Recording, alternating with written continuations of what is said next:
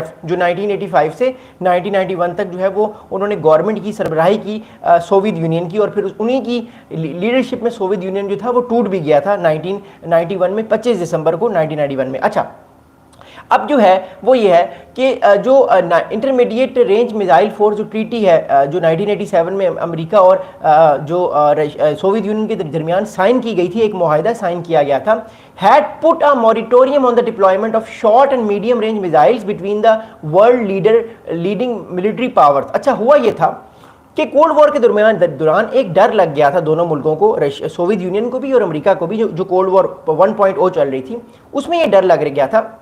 कि ये दोनों ममालिक कभी भी एक दूसरे पे हमला कर सकते हैं, कभी भी इन दोनों ममालिक के दरमियान लड़ाई हो सकती है, और ये दोनों ममालिक जो है वो बहुत हज़ारों लाखों की तादाद में बैलिस्टिक मिसाइल्स और शॉर्ट रेंज मिसाइल्स बना रहे थे, जिससे खतरा था कि जंग आने वाले वक्त में फैल भी सकती है, बढ़ भी सकती है और तबाही ज़्यादा होगी। अमेरिका और रशिया ने फिर फैसला किया कि देखिए,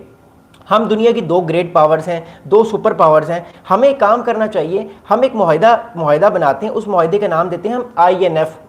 ट्रीटी, यानी मैंने आपको बताया the intermediate range nuclear force treaty. इस ट्रीटी में ये होगा कि जो शॉर्ट रेंज बैलिस्टिक मिसाइल्स होंगे और जो मीडियम रेंज बैलिस्टिक मिसाइल्स होंगे, इन दोनों बैलिस्टिक मिसाइल्स को जो है हम इन पर हम पाबंदी लगा देंगे, इनको हम ज़्यादा बनाना ख़त्म कर देंगे, और जो हमने एक्स्ट्रा बनाए हुए हैं इनको हम तबाह कर देंगे अपने अपने जगहों पे। जो बहुत सारे फिर बैलिस्टिक मिसाइल शॉर्ट और मीडियम रेंज अमेरिका ने तबाह की अपनी सरजमीन पे या उसकी जो एलाइस के पास उसने रखे हुए थे, इसी तरह सोवियत यूनियन ने भी अपने बहुत सारे बैलिस्टिक मिसाइल जो थे उनको तबाह किया, ताकि आने वाले वक्त में अमेरिका और जो है वो सोवियत यूनियन में आर्म्स रेस ख़त्म हो या कम हो जाए। अब आर्म्स रेस क्यों होती है मैं आपको बताता हूँ। देखिए, दो कंट्रीज जब एक दूसरे के माबैन खड़े होते हैं ना सामने,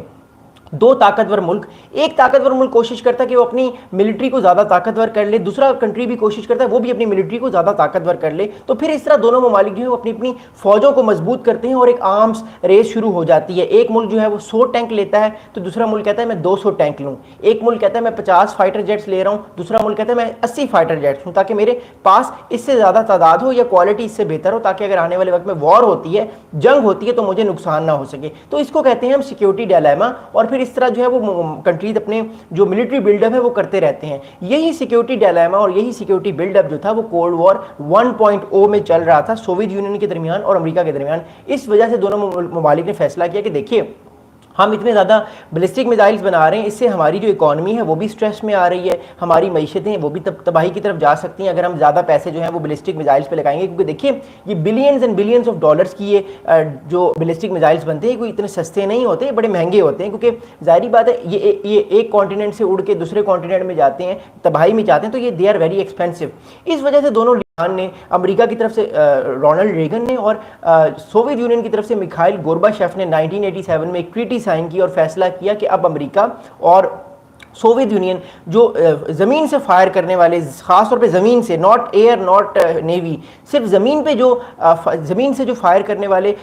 शॉर्ट और इंटरमीडिएट जो बैलिस्टिक मिसाइल्स होंगे उनको जो है वो उन पर पाबंदी आयद कर देंगे और नहीं बनाएंगे। अब दोनों ममालिक ने जो है वो एक ट्रीटी साइन की, जिसके बाद जो है वो दोनों ममालिक ने अपने बहुत सारे बैलिस्टिक मिसाइल्स, खास तौर पे जो शॉर्ट रेंज और मीडियम रेंज बैलिस्टिक मिसाइल्स थे उनको ख़त्म करना शुरू कर दिया। अब ये सिलसिला जारी हुआ। अच्छा, अब आगे मसला क्या हुआ, मसला मैं आपको बाद में बताता हूँ। मसला ये हुआ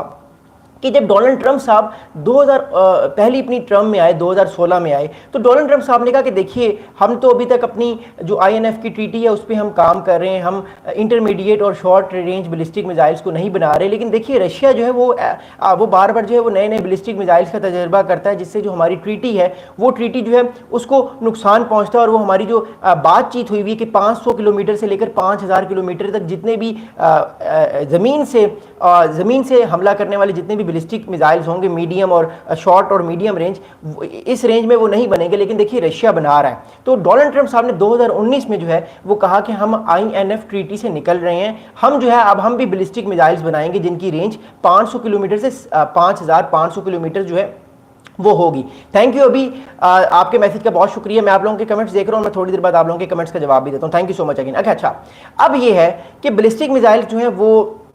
अब दोनों मुल्कों ने जो है वो कह दिया कि अब रशिया भी इस चीज़ से निकल गया, लेकिन अमेरिका जो है वो इसलिए निकला क्योंकि अमेरिका ने इल्ज़ाम लगाया था कि रशिया जो है वो 500 किलोमीटर से 5000 किलोमीटर के जो बैलिस्टिक मिसाइल्स हैं वो बार बार बना रहा है और वो इस ट्रीटी को वायलेट कर रहा है। और डोनाल्ड ट्रंप साहब ने कहा कि हमने अमेरिका को ग्रेट बनाना है, we have to make America great again. इस वजह से जो है अब हम इस ट्रीटी से निकल रहे हैं। अच्छा, रशिया 2019 में इस ट्रीटी से नहीं निकला था। मैं फिर कहता हूँ, रशिया 2019 तक 19 में भी INF ट्रीटी का हिस्सा था। रशिया ने कहा ठीक है, अमेरिका अगर निकलता है तो अमेरिका निकले, हमें परवाह नहीं है, हम इस ट्रीटी में रहेंगे। लेकिन उसके बावजूद भी रशिया बैलिस्टिक मिसाइल्स 500 से 5000 किलोमीटर की जो जिसकी रेंज होती है उस दरमियान के बैलिस्टिक मिसाइल्स रशिया बना रहा था। ऐसी बात नहीं कि रशिया नहीं बना रहा था, ट्रीटी में रहते हुए भी रशिया बना रहा था ऐसे मिसाइल्स जिस पे रशिया पे इल्ज़ाम भी लग रहा था। अब क्या हुआ मैं बताता हूँ आपको। अब ये हुआ कि 2022 में जब यूक्रेन रशिया वॉर हुई तो रशिया को एक थ्रेट आ गया, रशिया को एक चीज़ फील हो गई कि अगर हमने बैलिस्टिक मिसाइल ज़्यादा ना बनाए जिनकी रेंज